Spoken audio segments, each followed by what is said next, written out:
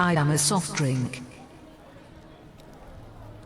My life is spent inside a bottle. I am contained.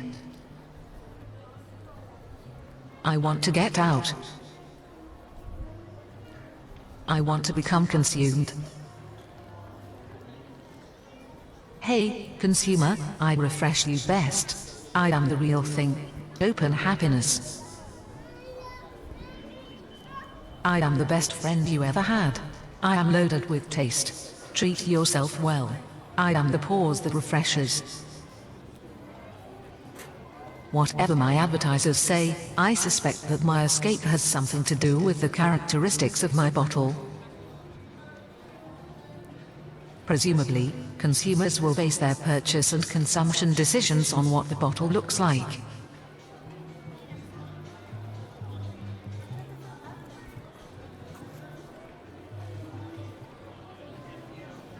Today, consumers are truly bombarded with messages from many channels. Nobody is able to process all those messages in a detailed way. Yet in the midst of all the blooming and buzzing confusion in the contemporary marketplace, consumers are indeed able to form opinions and make decisions. And often they seem to be able to do this in a rapid, effortless and almost automatic way.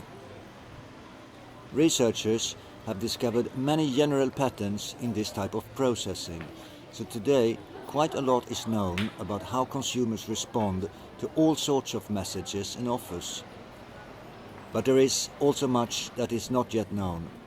That is why I and my colleagues at Stockholm School of Economics in Sweden decided to run an experiment. We decided to focus on the impact of packaging on consumers' overall product evaluations. The idea was that packaging communicates with the consumer, basically in the same ways as printed ads and TV commercials. In other words, the package provides a message, and in our case, the bottle was the package type we were interested in. Our design was pretty straightforward. We wanted to assess if a fancy bottle would enhance consumers' views of an orange soda. So we started with two types of soda brands, one that comes in a fancy bottle and one that comes in a less fancy bottle. And we replaced the content of the fancy bottles with the content from the less fancy bottles. The fancy bottle content was pretty expensive, so it hurt a bit to pour it out. Yet this is what we did. Anyway, the result was two types of bottles with the same orange soda. Then, in the next step, the idea was to ask participants to taste the soda. Some would be tasting the soda from the less fancy bottle, and some would be tasting the soda from the fancy bottle. Of course, we were not going to tell them that the content was the same in both bottles. And we were going to ask them about the views of the product. This would allow us to compare the responses between two treatment groups, and it would allow us to draw conclusions about the possible impact of packaging. Before this, however, we needed to rehearse the procedure for asking questions to the participants. We were several researchers involved in the data collection, so we needed to make sure that the questions were asked in the same way. Fancy is of course not really a serious theoretical variable. The fanciness variation in our bottles was supposed to represent variation in terms of two theoretical variables, attractiveness and perceived manufacturer effort, when it comes to developing the product. Conceptually, both of them represent packaging characteristics that are likely to enhance consumers' quality perceptions, and such perceptions, as we see it, would have an impact on overall evaluations.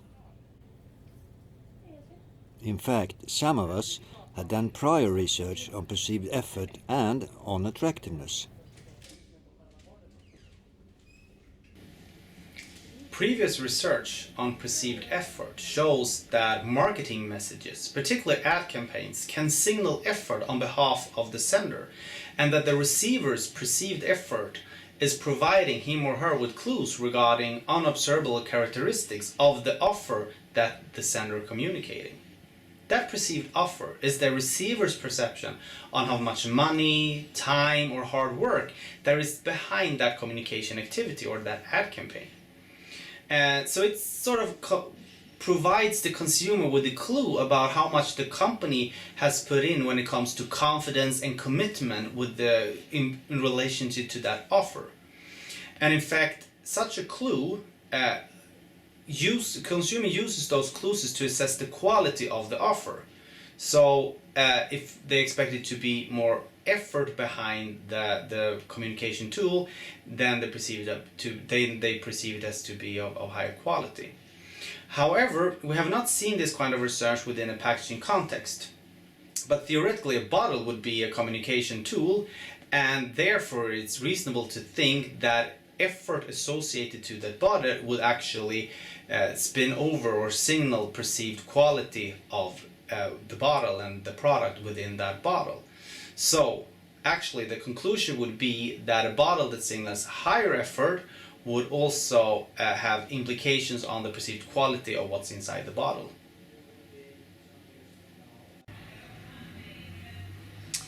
Well, there are actually many studies suggesting that the attractiveness of an object is a factor influencing evaluations of the object. And this seems to be particularly evident when the object is a person.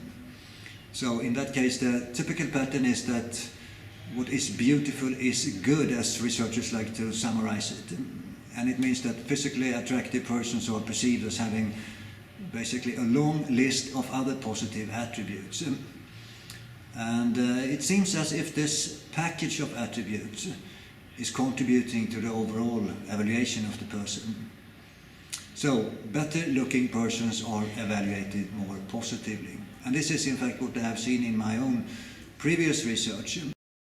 And indeed a similar pattern has been obtained also for non-living objects such as buildings and web pages and service environments and stores and cars and even offices. I'm kind of happy that this conversation does not take place in my office because it's not so attractive at the moment because of all the things that just accumulate in there. So it would probably be evaluated negatively. To actually conduct the experiment, there were several options. One would be to do it in a controlled laboratory environment in which each participant focuses only on one particular bottle and not on anything else. But we decided to go for a more noisy approach. We think that many consumers' soft drink decisions are made on the floor of the store, and this is indeed a noisy environment. So we wanted to simulate this. We decided to conduct the experiment at a reception for first-year students in which they were welcomed to our school and given information about various subjects and courses.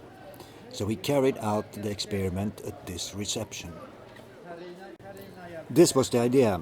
Each participant would be introduced to one of the bottles, and we would ask the participants some questions regarding their initial impressions of the product.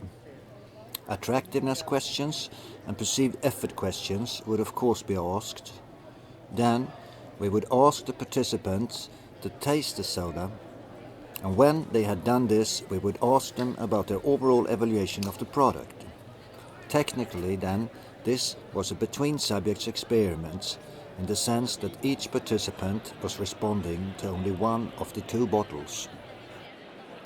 Our main hypothesis was that the fancy bottle would be perceived as both more attractive and subject to more effort from the manufacturer, and that this would influence the overall evaluations.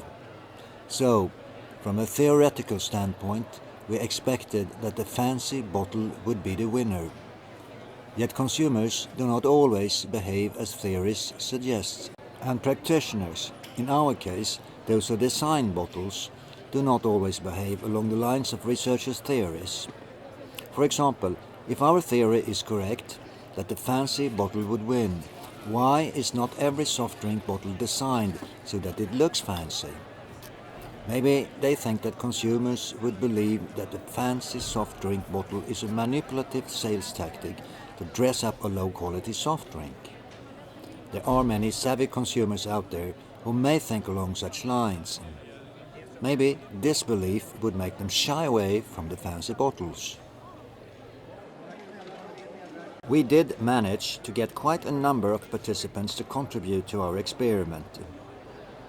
The environment was indeed noisy, so we felt pretty exhausted when the data collection part was over. Then the real fun began, to analyze the data and to discuss the results. And what were the results? Actually, we have the less fancy bottle and the fancy bottle, and there is a difference between them. And the difference is on, first we measured perceived effort.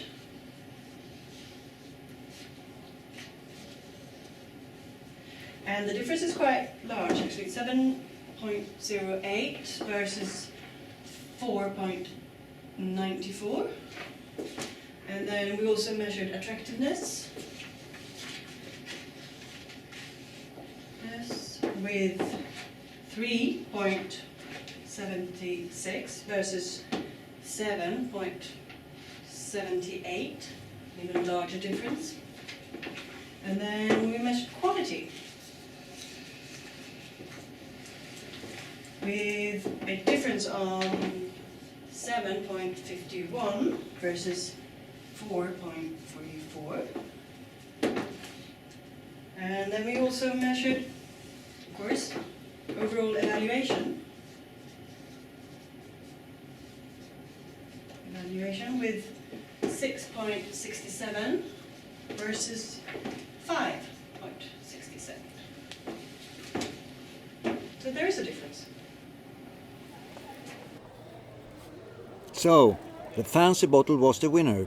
The participants' overall evaluations of the soft drink were boosted when it was served in the fancy bottle. And the fancy bottle was perceived as more attractive and subject to more effort from the manufacturer. This means that we believe that both attractiveness and perceived effort contributed to the outcome. We did conduct some more experiments along similar lines, and the result was the same each time. The evaluations of the cheap soft drink were enhanced when it was provided in a fancier bottle. The differences may not have been enormous, but they were significant in each experiment. So, the implications of our findings for a manufacturer of soft drinks who wants to score higher in the minds of consumers seem straightforward. Soft drink bottles should be made more physically attractive, and they should signal effort. Signaling effort, however, may not be so easy. How would you do this? Some prior research on perceived effort in other settings than those related to packaging does provide some clues. Such research shows that effort perceptions can be enhanced by informing consumers about the amount of sweat it took to produce a product.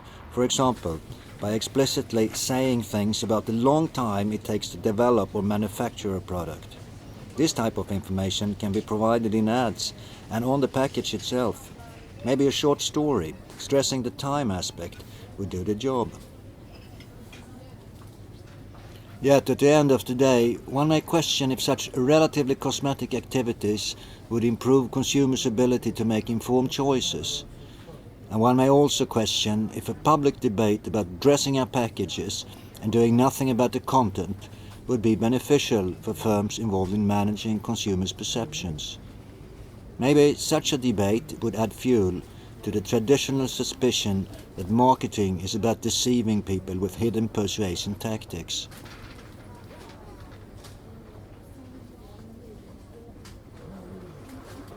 I am a soft drink. My life is spent inside a bottle. I am contained in the prison cell of a bottle. I want to get out. I want to become consumed. I want my bottle to be perceived by consumers as both attractive and subject to effort. This is the ticket to my escape.